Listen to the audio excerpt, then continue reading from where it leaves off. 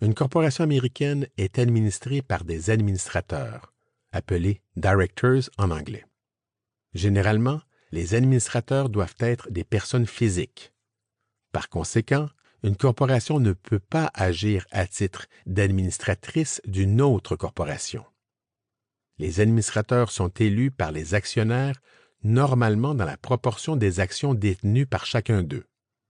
Il n'y a aucune exigence de citoyenneté ou de résidence américaine en ce qui concerne les administrateurs de corporations, sauf rares exceptions.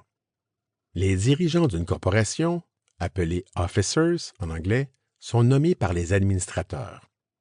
Les titres des dirigeants sont normalement les suivants: président, president, vice-président, vice-president, secrétaire, secretary, et trésorier, treasurer. Règle générale, les dirigeants d'une corporation doivent être des personnes physiques. Ils peuvent être choisis parmi les administrateurs, mais ce n'est pas obligatoire. Il n'est pas obligatoire non plus que tous les titres de dirigeants soient occupés. Par exemple, une corporation peut n'avoir qu'un président ou encore un président et un secrétaire. D'autre part, une même personne peut porter plusieurs chapeaux à titre de dirigeant. Par exemple, une personne peut être à la fois président, secrétaire et trésorier d'une corporation. Tout comme dans le cas des administrateurs, il n'y a aucune exigence de citoyenneté ou de résidence américaine pour les dirigeants, sauf rares exceptions. Pour sa part, la LLC est administrée par des directeurs, ou managers en anglais.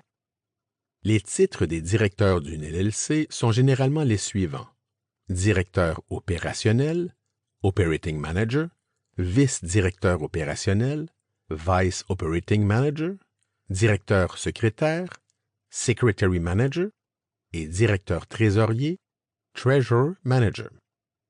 Contrairement à la corporation, une personne morale peut généralement être directrice d'une LLC. Par exemple, une société américaine ou étrangère peut être directrice d'une LLC. Mais en pratique, c'est plutôt rare. Encore une fois, il n'y a pas d'exigence de citoyenneté ou de résidence américaine pour les directeurs d'une LLC, sauf rares exceptions. Enfin, voici 3 points que vous devriez retenir. Point 1. Il est généralement recommandé de limiter le nombre d'administrateurs. Idéalement, leur nombre ne devrait pas dépasser 4. Plus nombreux sont les administrateurs, plus compliquée et lourde sera l'administration de la société. Point 2. Lorsqu'un actionnaire possède 90% des actions émises et que l'autre actionnaire en possède 10%, est-ce que la société devrait avoir 2 administrateurs? Normalement, la réponse est non.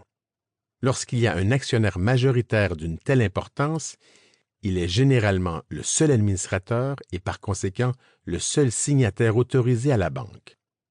Point 3. Il est permis qu'une LLC soit administrée par ses propres membres plutôt que par des directeurs. Il n'est donc pas obligatoire de nommer des directeurs. Dans un tel cas, cette LLC est décrite comme étant une Member Managed LLC.